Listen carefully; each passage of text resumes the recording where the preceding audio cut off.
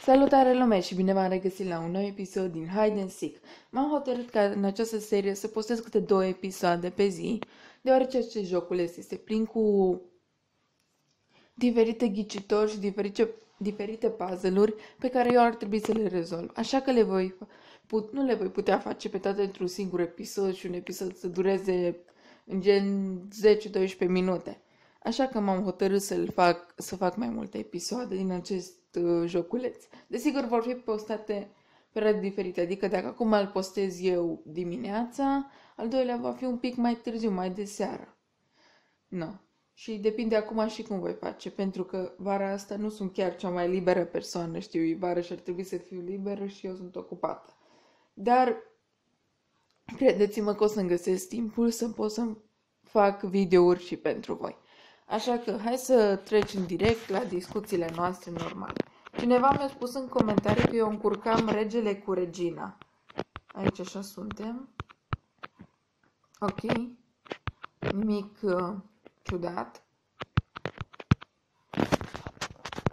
Ok. The monkeys like to speak in opposite. As always wars occur in the middle of the land. Și asta am citit-o. Dar înainte vreau să mă duc în cealaltă cameră, aici așa, unde sunt toate aceste tablouri minunate, care nu sunt absolut deloc înfricoșătoare și nu-ți vine să mergi pe cealaltă parte a holului, dar am greșit eu aici așa. Deci la această statuie trebuie să-i dăm parte dintr-o păpușă. Deci, și vă zic de ce. Pentru că aceste statui ne spun de fapt: The woman is full of grief from losing her child, so she remains secluded in the room all day. Whenever someone bothers her, the sensitive woman thinks that all children are her child. The people before me have passed, but I felt sorry because they cannot leave this place. Nu voi zice nimic despre această statuie care nu e cea mai frumoasă din lume, dar acum avem o păpușă întreagă. Oh, my baby. Gata. Tura trecută știți cum ne-a omorât, tura asta avem There is a pen in a rubble of așa broken statue. Take it. Ok.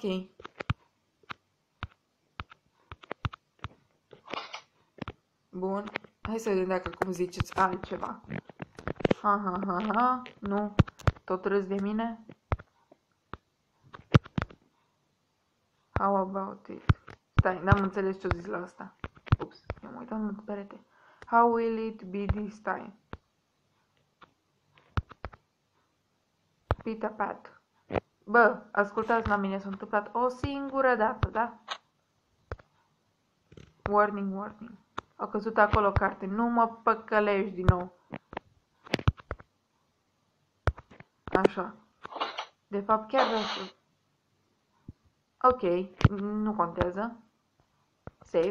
Și vreau să văd ce se întâmplă. Vreau să mă duc până la carte aia, numai ca să văd ce se întâmplă. Deși probabil o să mor. Am murit chiar. Dar nicio problemă, am dat load. Deci știu, niciodată nu te duci în zone în care statuile au ochii roșii. Sau orice legat de sânge. Dar... aici așa e ceva. It's too hard to read because of the blood. Vreți să ne ducem și la ea să vedem? Hai să vedem. The statue of a woman is staring blankly. Da, nimic nu s-a schimbat. Asta aici și-am rezolvat-o, deci mai avem numai asta. Băi, am dat save. Nu știu. Dăm un save. Așa. Bun. Iar aici așa. Mi-ați spus așa, că cea care îl puneam, adică asta de aici, care am împins-o acum, asta ar fi regina. Iar ăsta ar fi regele. Ok. Asta, așa? Nu, stați, am greșit. Asta e pionul. Ops. De ce nu mi-am dat asta? Deci nu-mi ies nici cum aceste butoane. Nu vin la mână, pentru că sunt la mâna mea stângă și eu sunt dreptace. Știți? Că atunci nu prea merge. Și ia să vedem dacă s-a schimbat ceva acum. Nu, tot nimic. Poate fi greșit aici și că trebuie să pun tura înainte.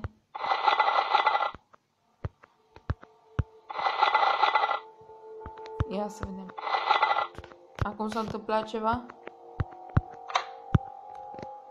Tot nimic. Ceva am făcut eu greșit. Poate trebuie să împing regele mai în spate.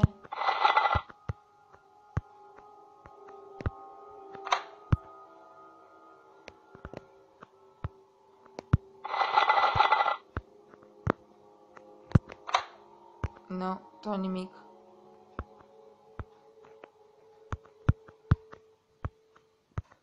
Deci, cred că trebuie venit aici tura, pentru că după zice de... stai, nu știu exact cum să zic. Stați așa, mă uit aici așa. Mai uit odată. E un puzzle complicat. The Black King's eye transformed to those of a demon. The Black Knight's king are on his right side hand. On his right hand side. While the White Knights are fighting in the front lines. Deci avem acolo ăia doi knights care se bat în față. However, the scared king left the queen and hid in the bag. Deci s-a ascuns în spate. While the queen fought while standing behind the pose. Cred că pose e tura, dar nu știu exact. The people of the nation cried, knowing that the king disappeared. People, mă gândesc că sunt pionii. Oh, king, why did you leave us? Bun, mă gândesc că people îs pionii. Stați așa că mai încerc o dată. E un puzzle foarte complicat.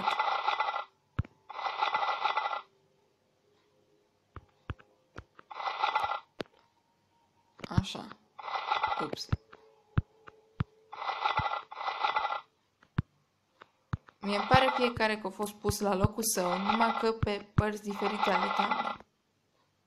Ia să vedem dacă s-a întâmplat ceva acum. Tot nimic. Ce enervant poate să fie că nu se întâmplă nimic. Oare nu putem folosi pe cheie stiloul ăla?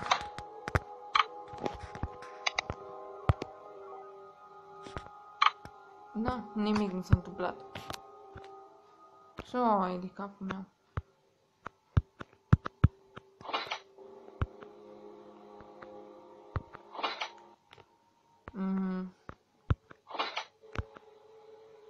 Cred că mă voi duce în altă cameră pentru că absolut nu știu ce trebuie să fac acolo. Și voi mai aștepta un pic. Stai să vedem. Camera asta e încă blocată, dar am făcut rost de un pix. Ceea ce înseamnă că ar trebui să ne lase să facem ceva aici. Deși nu prea cred. Putem rezolva aici așa ceva cu un pix? Nu, ne trebuie clapa asta de pian ca să putem rezolva ceva. Nu știu că m-am interesat puțin. Da. Aici așa ușa încuiată. Nu, deocamdată nu prea am ce să fac decât să mă întorc în acea cameră. Da. Dar nu știu, habar nu am ce să fac, cred că o să mă uit și pentru aia. Am crezut că știu cum trebuie să fac. Mi-a zis că încurcam... Ups, am greșit camera. Mi-a zis că eu încurcam regele cu regina și sincer nu mă pricep așa de bine la așa. Știu câteva denumiri de acolo. Ia să vedem.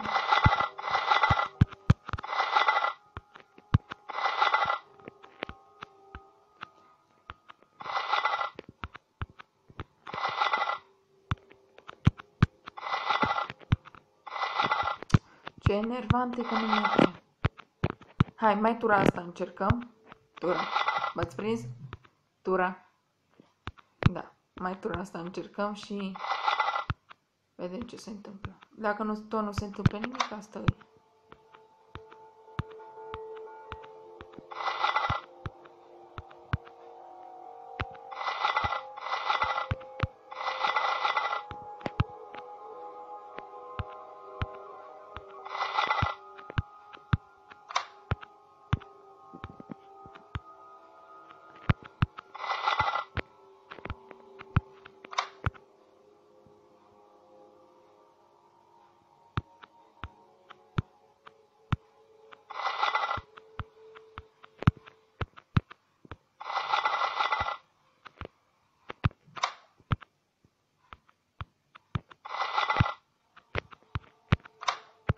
Da, dar cam atâta cu acest episod, pentru că nu pot să rezolv acest puzzle, însă voi reveni în următorul episod și îl voi rezolva.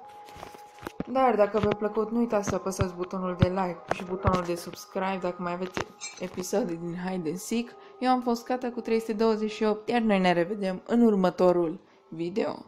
Pa, pa!